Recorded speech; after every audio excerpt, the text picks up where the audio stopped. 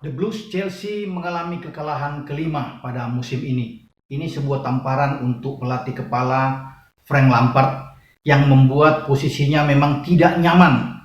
Paling tidak dia harus bisa menyelamatkan The Blues untuk bisa masuk di zona Champions. Kalau tidak, bukan tidak mungkin, dia akan dipecat.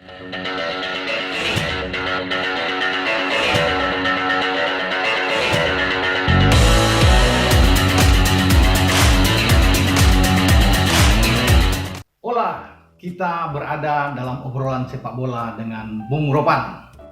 Dan berita yang tidak menyenangkan tentunya untuk fans fanatik Chelsea, bahwa untuk kelima kalinya Chelsea kalah pada musim ini, di musim 2020-2021. Dan ini adalah kekalahan kedua mereka di kandang di Stamford Bridge pada musim ini. Setelah sebelumnya bagaimana mereka kalah di pekan kedua melawan juara bertahan The Reds Liverpool dengan 0-2, dan kekalahan kemarin dari Manchester City 1-3 memang menyesakkan, ya, bahwa ini untuk pertama kalinya bagi mereka, ya, di era Liga Premier saat ini, ketika mereka bertanding di 45 menit babak pertama mereka sudah tertinggal dengan 3 gol, bahkan bermain di kandang sendiri di Stamford Bridge. Ini yang sulit dipikirkan dan mungkin sulit untuk diterima. Kenapa? Karena kalau melihat perjalanan dari Chelsea menghadapi City ini, mereka bukan berarti kalah kelas, ya.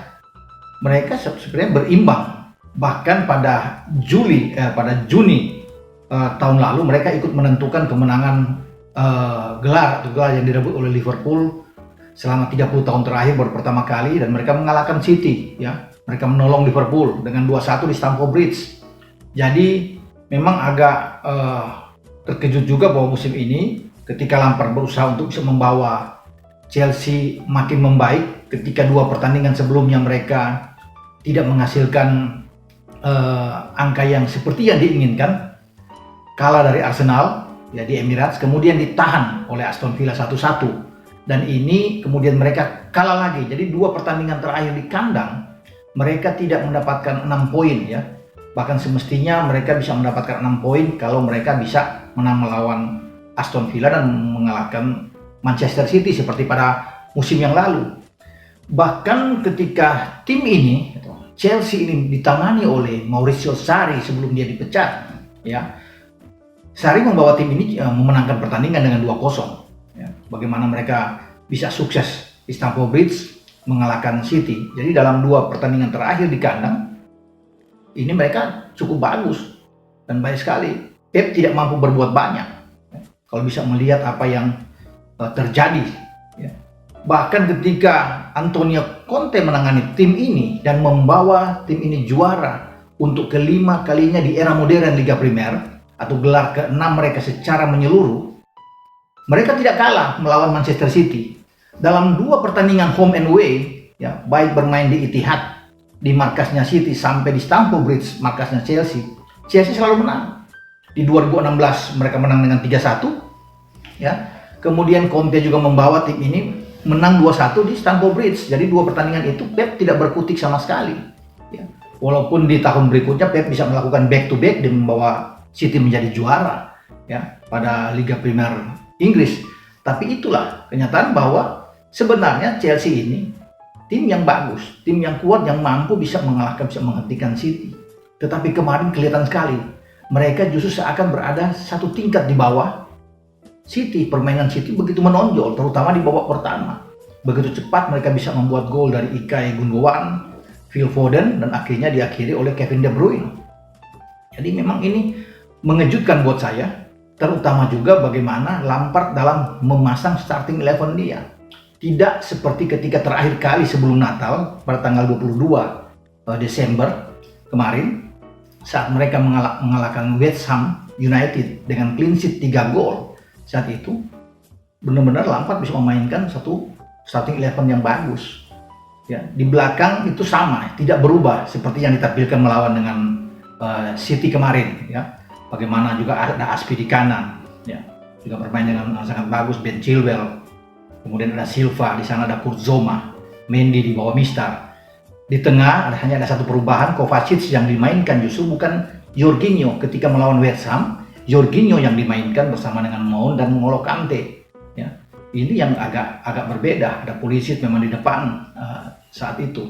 Memang pergantian terjadi. Ziyech juga masuk setelah fit, setelah bugar. Hakim Ziyech ini dimainkan ya.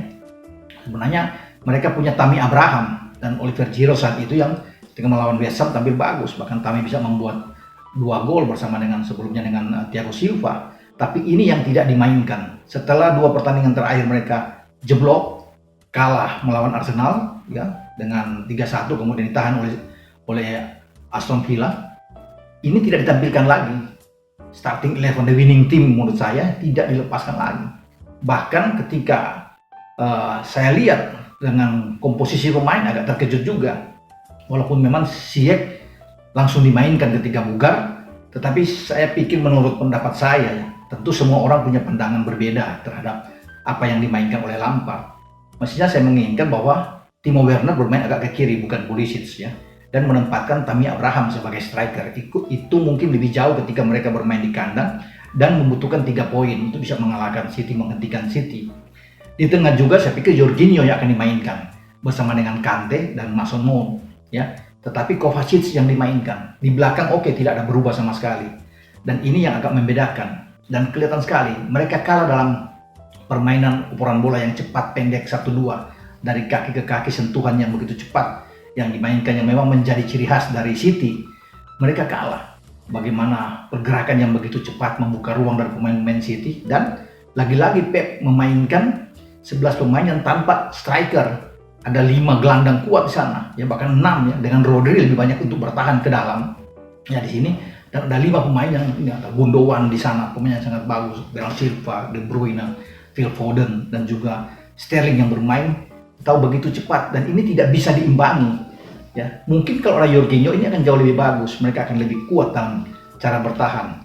Saya pikir kalau apa yang dilakukan oleh Lampard bisa mengikuti gaya yang diterapkan oleh Antonio Conte dengan bermain bukan dengan 4-3-3. Kemarin Lampard mengikuti gaya bermain dari City dengan 4-3-3, dan ini jelas mereka kalah ya bermain dengan demikian ya.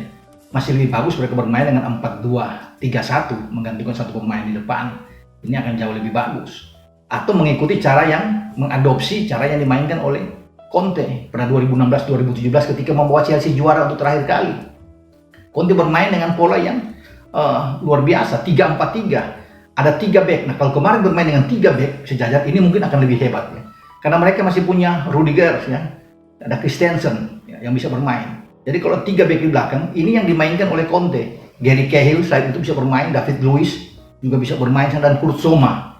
3 pemain ini yang ada Marcos Alonso di kiri dan juga Aspi di kanan. Jadi ada Fabregas juga bisa bermain di sana bersama dengan N'Golo Kante. Ini jauh lebih bagus. Ada Willian sebelum ke Arsenal, ada Giroud di sana juga. Jadi pemain yang sangat baik sekali ya ketika bermain dengan 3-4-3. Jadi ini pola yang sangat bagus. Kemarin kalau dicoba oleh Lampard bermain dengan demikian, karena dia punya 3 back yang sangat bagus. Bisa Silva dimainkan di situ, Kurt Zouma dan Rudiger. Ini akan jauh lebih bagus. Ya, dengan Ben Chilwell akan didorong lebih ke sayap kiri yang bisa lebih menyerang, dan Aspi juga ke kanan. Dan ada 2 pemain, Jorginho dan Kante yang bermain agak lebih bertahan. Ini akan jauh untuk bisa menutup pergerakan dari lini kedua City untuk masuk yang bergerak begitu cepat. Gundogan di sana, Rodri yang bermain cepat, Phil Foden tentunya ya. Kita bisa melihat ada Silva di sana. Jadi ini harus diantisipasi. Pep memainkan suatu hal yang memang unik ya. Dalam 3 pertandingan terakhir melawan Chelsea selalu dia tidak memainkan striker ya. Selalu striker bangkit dari bangku cadangan untuk bermain di babak kedua. Sama seperti kemarin dengan Aguero bermain di babak kedua. Selalu bermain dengan pemain-pemain tengah, tidak memakai striker, tapi aliran bola mereka, perpindahan bola yang mereka lakukan di sini cepat. Mereka memang kalah dalam ball position menghadapi Chelsea, tetapi tidak mengurangi mereka untuk lebih efektif ya, dalam hal mencetak gol. Dan ketika mereka membuka gol pertama lewat Gundogan dan diperbesar lagi oleh Foden, saya pikir ini pertandingan sudah berakhir ya bagi mereka. Dan ini menjadi pelajaran bagi Lampard, karena kekalahan ini jelas menjauhkan mereka dari zona Champions. Paling tidak untuk merebut gelar juga semakin tipis. Itu yang saya katakan tadi, bahwa dia harus menyelamatkan tim ini untuk ada di zona Champions di akhir musim. Kalau bisa menjadi juara agak berat ya, dengan 5 kekalahan agak sulit. Karena mereka harus ke Liverpool mengalahkan mereka. Mereka harus ke City, City kemarin mengalahkan mereka. Mereka harus ke Spurs. Spurs menahan mereka 0-0. Kemudian dalam pertandingan di Januari ini ada 3 pertandingan, 2 tandang. Mereka harus ke Fulham dan juga harus melawan Leicester. Ini berat. Sebelum mereka menjamu Wolves.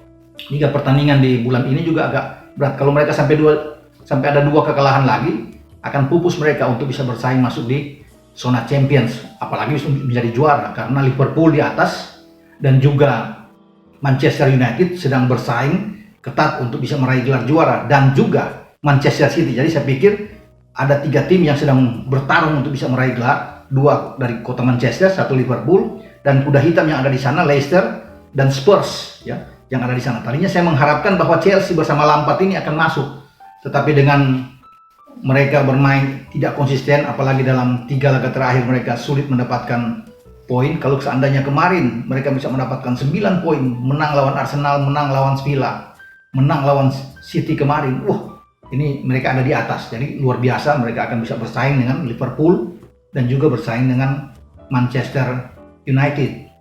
Jadi dengan 5 imbang, 5 kalah, walaupun ada 7 menang, mereka sudah main 17 kali, 26 poin, ada di peringkat ke-8. Ini akan mempersulit buat mereka untuk bisa bersaing. Dan posisi Lampard, sekali lagi posisi Lampard ini tidak nyaman. Dalam arti ini akan sulit bagi dia untuk bisa bertahan sebagai pelatih kepala ya. Bayang-bayang pemecatan sudah semakin dekat dengan kekalahan kemarin.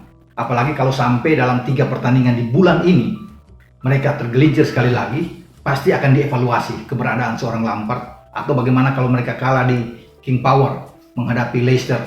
Ini akan, bukan tidak mungkin, posisi dia akan berada di ujung tanduk dan bisa saja manajemen akan melakukan pemecatan. Karena saya katakan tadi, pertandingan kedepannya lagi agak berat karena mereka keluar kandang itu menghadapi tim-tim yang mampu mencuri angka di Stamford Bridge. Ini yang agak sulit buat mereka. Jadi paling tidak kalau mereka tidak mampu meraih gelar, masuk di zona Champions sudah aman. Walaupun tidak aman juga bagi Lampard, karena kita tahu bersama bagaimana Conte gagal walaupun menjadi membawa tim ini juara, tapi kemudian dia dipecat. Sarri juga tidak jelek-jelek amat, tapi akhirnya walaupun ada gelar Liga Eropa di sana harus dipecat. Conte memberikan 1 gelar terakhir di Piala FA juga langsung dipecat. Apalagi saat ini kalau Lampard tidak memberikan 1 gelar pun, karena di Piala Liga mereka sudah out, kemudian di Piala FA juga nanti kalau mereka tidak mendapat gelar, dan sekarang mereka di IPL juga gagal, apalagi di Liga Champions juga mereka gagal, ya agak sangat sulit buat Lampard untuk bisa menyelamatkan posisi dia. Pasti pemecatan dia akan terjadi pada musim ini. Jadi pekerjaan Lampard ke depan sangat berat bersama dengan Chelsea, tapi saya mengharapkan bahwa tim ini akan segera bangkit ya, keluar dari posisi mereka yang lagi tertekan dan memberikan persaingan, karena memang masih panjang ya. Baru 17 laga, masih panjang untuk diperbaiki, tapi jangan sampai tidak stabil ya. Inkonsisten ini yang meragukan saya untuk apakah mereka akan tetap berlari untuk bisa berada di zona Champions. Kita akan tunggu nantinya perkembangan bagi Chelsea. Oke? Kita akan jumpa dalam perbincangan selanjutnya. Anda jangan lupa untuk like, memberikan komentar-komentar positif, dan subscribe channel YouTube Bung Ropan. Ciao.